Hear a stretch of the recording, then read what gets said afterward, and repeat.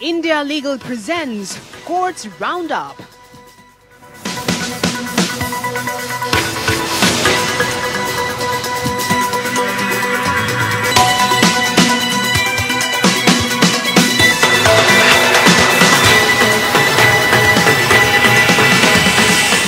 नमस्कार, आप देख रहे हैं हमारी खास पेशकश कोर्ट्स राउंडअप। मैं हूं आपके साथ नेहा दुबे। इस बुलेटिन में अगले आधे घंटे हम आपको कोर्ट से जुड़ी तमाम छोटी बड़ी खबरों से करवाएंगे रूबरू। कोर्ट की कार्रवाई सुप्रीम कोर्ट से लेकर हाई कोर्ट और लो कोर्ट तक के फैसलों को रखेंगे आपके सामने। तो आइए शुरू करते हैं कोर्ट्स राउंडअप।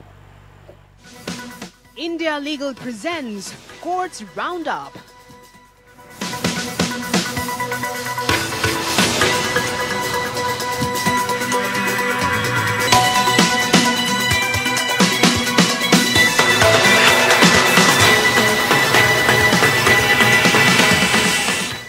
नई दिल्ली की आपको बता दें कि नई शराब नीति के कथित घोटाले से जुड़े सीबीआई मामले में दिल्ली के मुख्यमंत्री अरविंद केजरीवाल की जमानत मामले में सुप्रीम कोर्ट में सुनवाई हुई। जस्टिस सूर्यकांत की अध्यक्षता वाली बेंच में केजरीवाल की पेश वकील जो अभिषेक मनु सिंघवी ने कहा है कि पीएमएलए के तहत दोहरी शर्तों का प्रावधान है और इन सख्त नियमों के बावजूद हमारे पक्ष में दो फैसले हुए हैं। दो नियमित जमानत के आदेशों का हवाला दिया और जिसमें एक निचली अदालत का और दूसरा सुप्रीम कोर्ट का आदेश है। सिंघवी ने कहा कि सीबीआई ने केजरीवाल को मामले में 2 साल के बाद गिरफ्तार किया और ये इंश्योरेंस अरेस्टिंग है क्या, और क्योंकि 2 साल तक कोई गिरफ्तारी नहीं हुई थी। ये गिरफ्तारी इसलिए की गई ताकि केजरीवाल को जेल में ही रखा जा सके। सिंघवी ने कहा कि पिछले 2 सालों में सीबीआई की तरफ से कोई गिरफ्तारी नहीं हुई है और सीबीआई ने अरविंद केजरीवाल को 26 जून को गिरफ्तार किया और वो भी उन बयानों के आधार पर जो कि आधारों पर गिरफ्तारी की वो बयान जनवरी के थे। बता दें आपको कि उन्होंने बयान का जिक्र करते हुए कहा कि सीबीआई के पास मगुटा रेड्डी के बयान के अलावा कोई नया सबूत नहीं है जो कि जनवरी का है। बता दें आपको कि सिंघवी ने कहा कि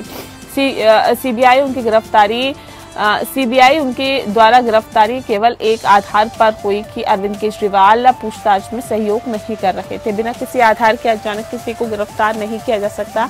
मामले की सुनवाई के दौरान जस्टिस सूर्यकांत ने कहा है कि एक सवाल ये है कि क्या जमानत के मामले में इतनी हम देरी तक सुनवाई करनी चाहिए,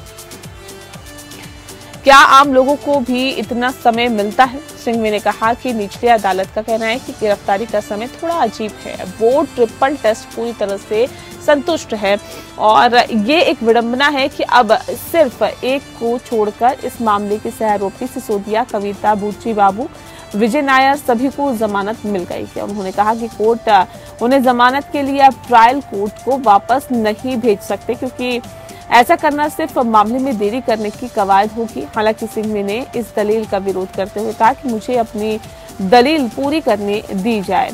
सिंघवी ने कहा कि बेल नियम है और जेल अपवाद है। सुप्रीम कोर्ट का ये फैसला ईडी और सीबीआई केस में भी लागू होगा, केजरीवाल केस में भी लागू होगा। सिंघवी ने अपनी दलील पूरी करते हुए कहा कि रिहाई के कई आदेश दिए गए लेकिन ट्रिपल टेस्ट मामले में जमानत नहीं दी गई। वैसे भी केजरीवाल समाज के लिए कोई खतरा नहीं है और न ही वो कोई खूंखार अपराधी नहीं है। बता दें आपको, जमानत मिलने पर ट्रायल के दौरान उनका सहयोग रहेगा और जब कोर्ट बुलाएगी वो कोर्ट के आदेश पर मौजूद रहेंगे। एएसजी ने कहा कि कविता के मामले में जमानत के लिए सुप्रीम कोर्ट ने निचली अदालत जाने को कहा था, जबकि केजरीवाल के ईडी मामले में भी गिरफ्तारी को चुनौती दी गई थी और उस मामले में भी उन्हें वापस ट्रायल कोर्ट में भेजा गया था। ऐसे में केजरीवाल कोई असाधारण व्यक्ति नहीं है जिनके लिए अलग दृष्टिकोण अपनाने की जरूरत है। हमें आपको बता दें कि उन्होंने कहा कि कोर्ट ने कहा है कि हम ये तय करेंगे कि क्या इस मामले में हमें दखल देना है या नहीं। कोर्ट ने ये बात तब कही जब सीबीआई ने कहा था कि अरविंद केजरीवाल ने जमानत याचिका निचली अदालत में दाखिल न करके सीधे हाई कोर्ट में दाखिल की थी। वहीं सुप्रीम कोर्ट ने भी दिल्ली हाई कोर्ट द्वारा केजरीवाल की जमानत पर सुनवाई के बगैर निचली अदालत भेजने पर सवाल उठाते हुए कहा कि वापस भेजने के बजाय हाईकोर्ट को इस पर विस्तृत सुनवाई करनी चाहिए थी।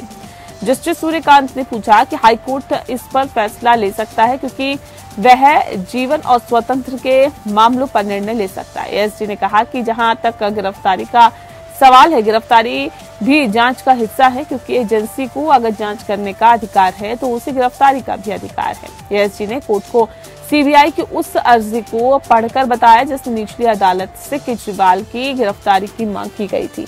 उन्होंने कोर्ट को बताया कि केजरीवाल ने अपनी गिरफ्तारी की इजाजत देने वाले निचली अदालत के आदेश को अब तक चुनौती नहीं दी। एएसजी ने कहा कि हमारी अर्जी को निचली अदालत ने स्वीकार किया, उसके बाद वारंट जारी किया गया और इसके बाद हमने उनकी जो गिरफ्तारी है वो कर ली। एएसजी ने कहा कि केजरीवाल की गिरफ्तारी में किसी तरह के उनके मौलिक अधिकार का हनन नहीं हुआ। गिरफ्तारी के लिए उचित कानूनी प्रक्रिया का पालन किया गया।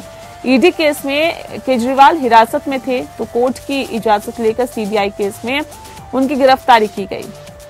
एएसजी ने कहा कि हम व्यक्ति को गिरफ्तार कर सकते हैं, हमारे पास उसे सीधे जाकर गिरफ्तार करने का अधिकार था, लेकिन हमने दूसरा रास्ता अपनाया क्योंकि उसने जांच में सहयोग नहीं किया और उन्होंने एजेंसी को गुमराह किया। हमें किसी व्यक्ति को गिरफ्तार करने पर कोई पूर्ण प्रतिबंध नहीं है। वे निचली अदालत ने अरविंद के खिलाफ दाखिल आरोप पत्र पर संज्ञान लिया। इसका मतलब है कि निचली अदालत मानती है कि अरविंद के खिलाफ प्रथम दृष्टया सबूत है। इसके बाद कोर्ट ने फैसला सुरक्षित रखा और साथ ही कोर्ट ने कहा कि अगर किसी पक्ष को लिखित दलील जमा करनी है, शनिवार तक जमा करा सकते हैं।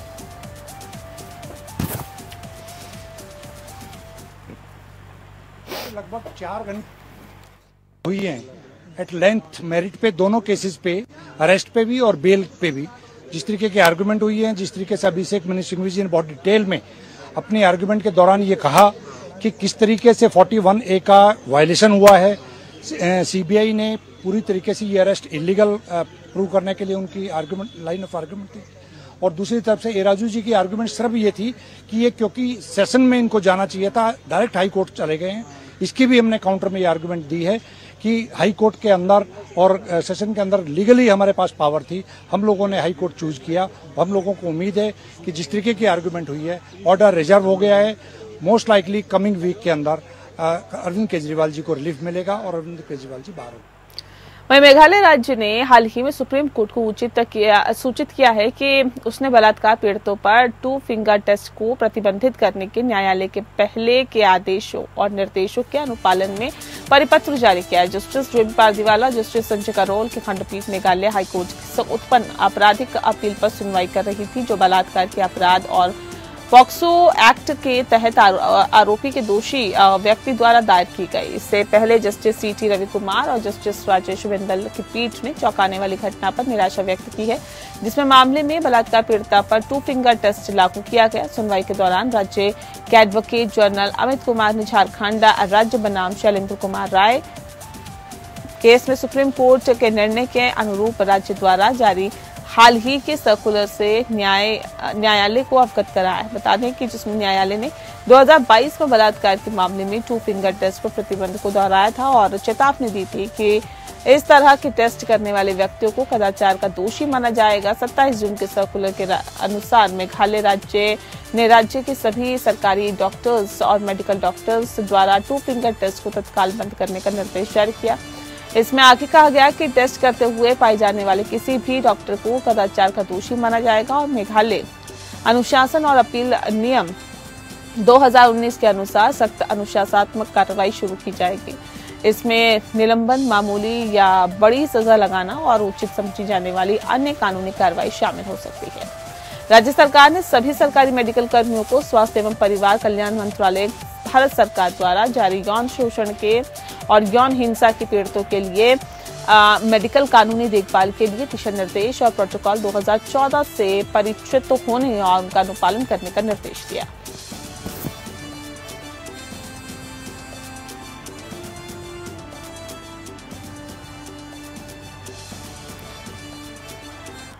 वहीं सुप्रीम कोर्ट ने इस मुद्दे पर सुनवाई के लिए 3 अक्टूबर 2024 की तारीख तय की कि क्या हिंदू विवाह अधिनियम 1955 के तहत विवाह को अमान्य घोषित किए जाने पर गुजारा भत्ता दिया जा सकता है। Justice Abhay S Oka, justice Ahsanuddin Amanullah और जस्टिस ऑगस्टिन जॉर्ज मसीह की 3 जजों की पीठ ने पक्षों को लिखित प्रस्तुतियां और उन निर्णयों का संकलन दाखिल करने का भी निर्देश दिया जिन पर वे भरोसा करेंगे। पीठ ने टिप्पणी की कि ये निर्णय किए जाने वाला एक बहुत ही महत्वपूर्ण प्रश्न है। ये कई मामलों में उठेगा और मामले को बोर्ड में सबसे ऊपर रखा। प्रतिवादी की ओर से इस आधार पर समय मांगा गया कि प्रतिवादी का पक्ष रखने के लिए नियुक्त वकील उपलब्ध नहीं है। हम पक्षों की ओर से उपस्थित वकीलों को भरोसा किए गए निर्णयों की प्रतियों के साथ समकक्ष में लिखित प्रस्तुतियां दाखिल करने के लिए 4 सप्ताह का समय देते हैं। जस्टिस ओक ने आदेश देते हुए कहा कि 3 अक्टूबर को सूची में सबसे ऊपर सूचीबद्ध करे 3 जजों की पीठ अगस्त में खंडपीठ द्वारा संदर्भित किए जाने के बाद इस मुद्दे पर विचार कर रही है, क्योंकि पिछली खंडपीठ द्वारा विरोधाभासी व्याख्याएं की गई और ये मामला हिंदू मैरिज एक्ट की धारा 24 और 25 की व्याख्या से संबंधित है।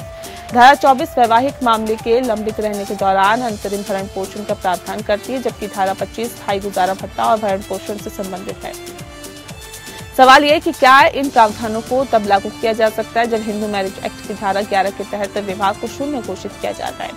हिंदू मैरिज एक्ट की धारा 11 के तहत विवाह को शून्य घोषित किया जा सकता है अगर इसमें द्विविवाही का तत्व या अगर पति पत्नी निषिद्ध संबंधों की डिग्री के भीतर है या अधिनियम की धारा 5 के अनुसार सपिंड है। जस्टिस विक्रमनाथ और जस्टिस पी.बी. बराले की खंडपीठ द्वारा ये उल्लेख किए जाने के बाद इस मुद्दे पर विभिन्न न्यायालयों द्वारा विरोधाभासी निर्णय किए जारी जाते हैं। आपको बता दें कि मामले को बड़ी पीठ के पास भेजा गया और पीठ ने कहा कि मामले को निपटाने के लिए 3 जजों की पीठ जरूरी है।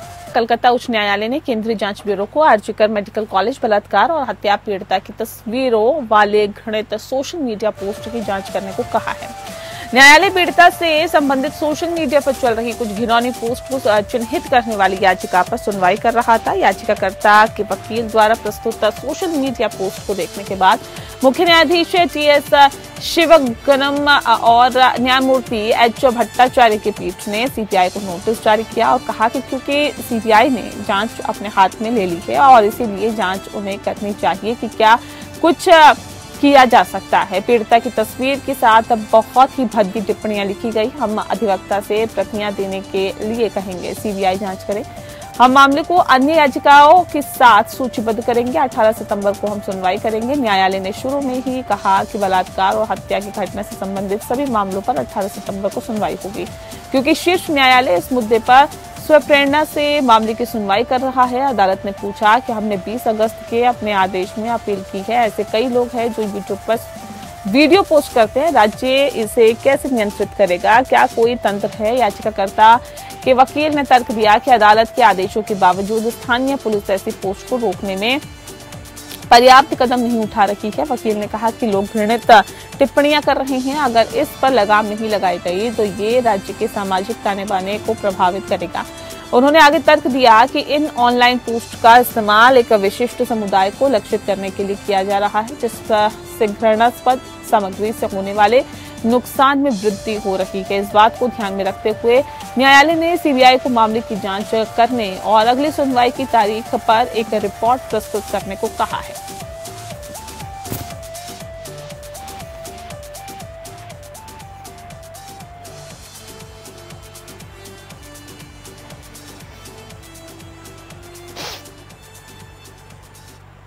वहीं केरल उच्च न्यायालय ने मलयालम फिल्म उद्योग में महिलाओं की कामकाजी परिस्थितियों पर न्यायमूर्ति के हेमा समिति की रिपोर्ट से उत्पन्न मामलों की सुनवाई के लिए एक विशेष पीठ गठित करने का निर्णय लिया है। रिपोर्ट, जो सभी व्यक्तिगत जानकारी का मसौदा तैयार करने के बाद 19 अगस्त को जारी की गई थी, ने उद्योग में व्यापक यौन शोषण और कास्टिंग काउच प्रथाओं का खुलासा किया है। तब से कई महिलाओं ने उद्योग में प्रमुख हस्तियों के खिलाफ गंभीर आरोप लगाए हैं, जिसके कारण आपराधिक मामले दर्ज किए गए और परिणाम स्वरूप जमानत के लिए याचिकाएं दायर की गई। रिपोर्ट के आधार पर आपराधिक कार्रवाई की मांग करते हुए अन्य याचिकाएं भी दायर की गई। कार्यवाहक मुख्य न्यायाधीश ए. मोहम्मद मुश्ताक और अन्य न्यायमूर्ति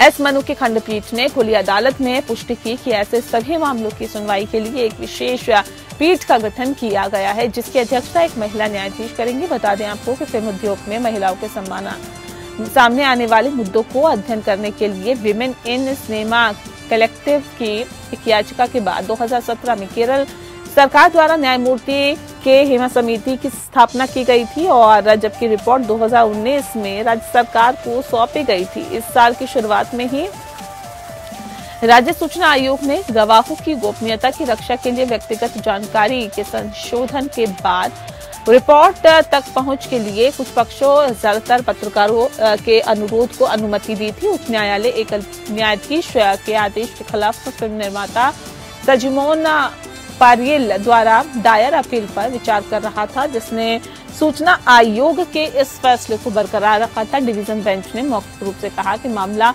निरर्थक हो गया है, लेकिन कहा कि इसे किसी भी तरह के विशेष बेंच के समक्ष रखा जाएगा। रिपोर्ट में आरोपों की केंद्रीय जांच ब्यूरो से जांच की मांग करने वाली एक अन्य जनहित याचिका संभवतः नई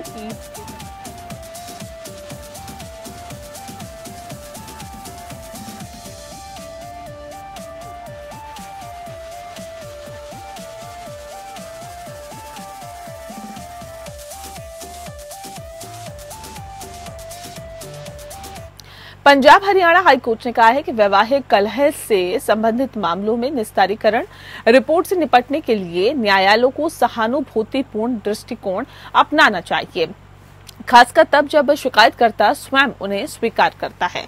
पुलिस जांच के बाद निस्तारीकरण रिपोर्ट दायर करती है और जब आरोपी के खिलाफ आरोप पत्र दायर करने के लिए कोई सामग्री नहीं मिलती है। वर्तमान मामले में न्यायालय ने आपको बता दें कि पत्नी द्वारा अपने पति और ससुराल वालों के खिलाफ क्रूरता का आरोप लगाते हुए दर्ज की गई एफआईआर खारिज की। ट्रायल कोर्ट ने ये देखने के बावजूद कि कोई मामला नहीं बनता, पुलिस द्वारा निस्तारीकरण रिपोर्ट दायर करने के बाद जांच आगे करने के निर्देश दिए हैं। जस्टिस सुमित गोयल ने कहा है कि इस तरह के मामले में दायर निरस्तीकरण रिपोर्ट से निपटते समय न्यायालय को, जो कि पक्षकारों के बीच वैवाहिक कलह से उत्पन्न हुई है, विशेष रूप से शिकायतकर्ता द्वारा स्वयं इस तरह का निरस्तीकरण स्वीकार करने की पृष्ठभूमि में नरम तरीके से आगे बढ़ना चाहिए, न कि पंडितपूर्ण दृष्टिकोण से। यह आरोप लगाया गया कि शिकायतकर्ता को उसके ससुराल वालों द्वारा दहेज की विभिन्न मांगों के लिए परेशान किया गया। जांच के बाद पुलिस ने पाया कि याचिकाकर्ताओं के खिलाफ आईपीसी की धारा 406 और 498A के तहत कोई अपराध नहीं बनता है। उनके खिलाफ गलत तरीके से एफआईआर दर्ज की गई थी। फिर पुलिस द्वारा उप विभागीय न्यायिक मजिस्ट्रेट न्यायालय में रद्दीकरण रिपोर्ट दायर की गई। हालांकि पुलिस द्वारा दायर रद्दीकरण रिपोर्ट को न्यायालय ने यह कहते हुए खारिज कर दिया कि अदालत ने कहा कि पूरी एफआईआर में याचिकाकर्ताओं के खिलाफ दहेज की मांग या मांग के संबंध में शिकायतकर्ता के साथ किसी भी तरह की क्रूरता करने का कोई आरोप नहीं है। परिणाम स्वरूप न्यायालय ने कहा कि ये धारा 482 के तहत इस न्यायालय द्वारा अधिकार क्षेत्र का प्रयोग करने के लिए एफआईआर रद्द करने के लिए उपयुक्त मामला है। फिर न्यायालय ने एफआईआर रद्द कर दी। और इसी के साथ फिलहाल इस बुलेटिन में इतना ही। नमस्कार। India Legal presents Courts Roundup.